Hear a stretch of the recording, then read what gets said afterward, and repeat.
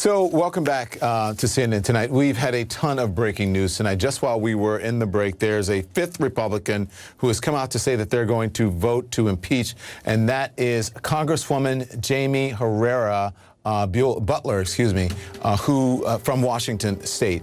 And so joining me now is Democratic Congressman Lou Correa from California. Congressman, thank you. What do you think of that news? Another Republican coming out. And good evening. Don, I think it's actually right on. I think we've got probably up to 10 Republicans that may actually vote for impeachment tomorrow. This is a sign the Republican Party is taking back the party away from President Trump. This is good news. The impeachment vote is going to happen tomorrow. There's a small hall where the attack took place. President Trump will likely be impeached. And then what is the timeline as you expected after that? You know, the timeline, is my understanding from Senator Mitch McConnell, is the trial will actually start at or about the time that Biden will be sworn in as president. So you could be seeing a trial that's going to spill over into the new administration. Nonetheless, I believe the trial will go forward.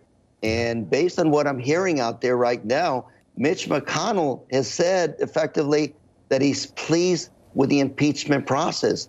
And I would say don't be surprised if President Trump is impeached in the Senate, like convicted, not charged, but actually convicted in the Senate, which would be good because, you know, if you compare the last impeachment to this impeachment, the other one you talked about collusion, working with the Ukrainians, you know, trying to, pressure the Ukrainians who help his campaign.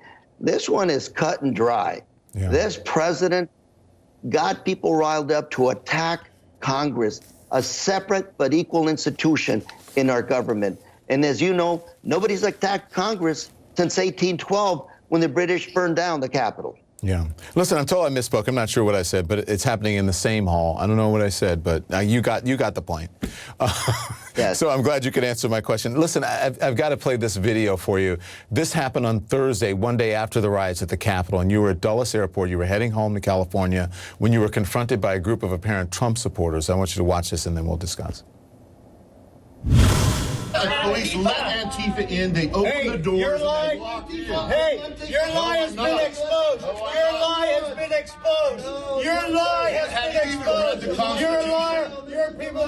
No, it's not a democracy. This is a republic. This is a republic. This is a republic. No, this is a republic. We the people, not you, the elitists. Who are you? Literally got no spine. Who are you? Who are looking at me? I'm me. And I'm me too. Yeah. Yeah. Let's get home. Let's go. Yeah. Nobody here voted for you. We don't want you. That's okay.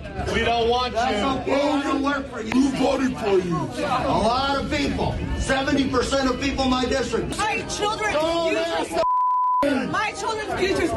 The mother with you. No, lady. It's because of you. You don't care about none of us. Because I don't take your. And you're talking us. I live in your district. You're supposed to be taking care of us. Where do you live? Where do you live? Where do you live? Are you a Democrat? Where do you live? Hey, are you a Democrat? Yes, I am. You rat? Wow. Listen, you did not back down. I mean, it was an incredibly tense situation. What were you thinking, especially when that big guy with the bandana was right in your face and he's the guy, I mean, it looks like he was trying to intimidate you. What were you thinking? Well, you know, I wasn't thinking much other than I hadn't slept the night before. My adrenaline was still flowing from, you know, a situation where Wednesday night, I really thought that we were going to have some very seriously hurt, killed members of Congress. So I didn't sleep. I was still, full of adrenaline. I get to the airport. I'm going to catch my plane that I'm late to, and I turn the corner, and there's, probably 20 of those Trump supporters, and they essentially came down on me. I was surprised, but nonetheless, How'd they recognize you if they're not even in your district?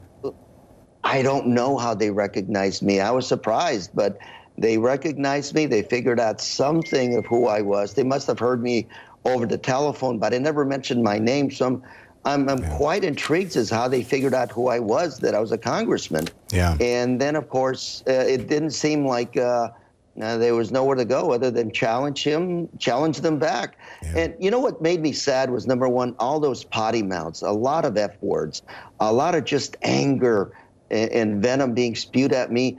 And when you hear that tape very clearly, that's all misstatements, lies, but these are President Trump's lies.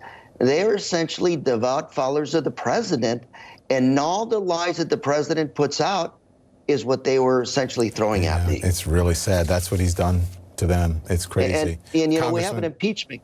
Yes. I have to run. If you can do it really quickly. Just wanted to say this is why we're going to impeach this president, because he's essentially attacked the United States of America. It's not Dem versus Republican. This is about America. Congressman Correa, thank you so much. I appreciate it. I'm glad you're safe.